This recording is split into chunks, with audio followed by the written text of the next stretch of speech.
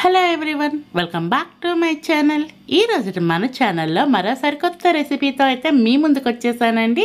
చాలా సింపుల్గా చేసుకోవచ్చు. అలాగే ఇదేంటంటే మార్నింగ్ బ్రేక్ఫాస్ట్గా కానీ లేదంటే నైట్ డిన్నర్లోకి కానీ చాలా టేస్టీగా ఉంటుందండి.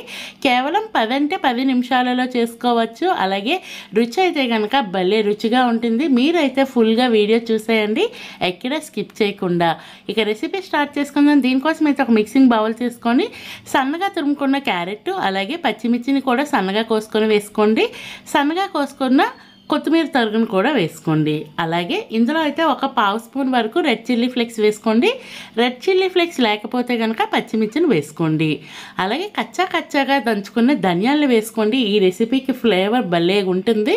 అలాగే ఒక స్పూన్ వరకు శనగపిండిని వేసుకోండి. నెక్స్ట్ అయితే కనుక ఒక కప్పుతో ఒక హాఫ్ కప్పు కానీ మీకు కావాల్సిన క్వాంటిటీలో అయితే కనుక గోధుమ పిండిని వేసుకోండి. అలాగే ఇందులో అయితే ఒక స్పూన్ వరకు మైదా పిండి కూడా వేసుకోండి. సాఫ్ట్గా వస్తాయి. అలాగే టేస్ట్కి తగ్గ సాల్ట్ వేసుకొని ఈ ఇంగ్రీడియంట్స్ అన్నీ ఒకసారి బాగా కలిసే విధంగా కలుపుకోండి. ఒకవేళ మైదా ఇష్టం లేకపోతే స్కిప్ చేసేయచ్చు, ఒక్క గోధుమ పిండితోనే చేసుకోవచ్చు. ఇలా ఈ ఇంగ్రీడియంట్స్ అన్నీ కలిసినాక బాగా కలుపుకున్నాక వాటర్ వేసుకొని కొంచెంగా వేసుకొని నేను వీడియోలో చూపించిన విధంగా అయితే బ్యాటర్ కలుపుకోవాలి. అలాగే ఈ లోపైతే మీకు వచ్చిన రిక్వెస్ట్ అండి, మన ఛానల్ ఇంతవరకు ఎవరైనా సబ్స్క్రైబ్ చేయకపోతే ప్లీజ్ అండి సబ్స్క్రైబ్ చేయండి. వీడియో నచ్చితే లైక్ చేయండి. మీ ఫ్రెండ్స్ అండ్ ఫ్యామిలీ మెంబర్స్కి షేర్ చేయండి. బాగా ఉపయోగపడుతుంది అందరికీ కూడాను. బ్యాటర్ అయితే చూస్తారు కదండి, ఇలా కాస్తంత పల్చగానే కలుపుకోవాలి. ఇలా బ్యాటర్ కలుపుకున్న తర్వాత ఈ లోపే నేను స్టవ్ వెలిగించి ఒక బాణలి పెట్టుకొని ఒక పావు స్పూన్ వరకు ఆయిల్ వేసుకోండి.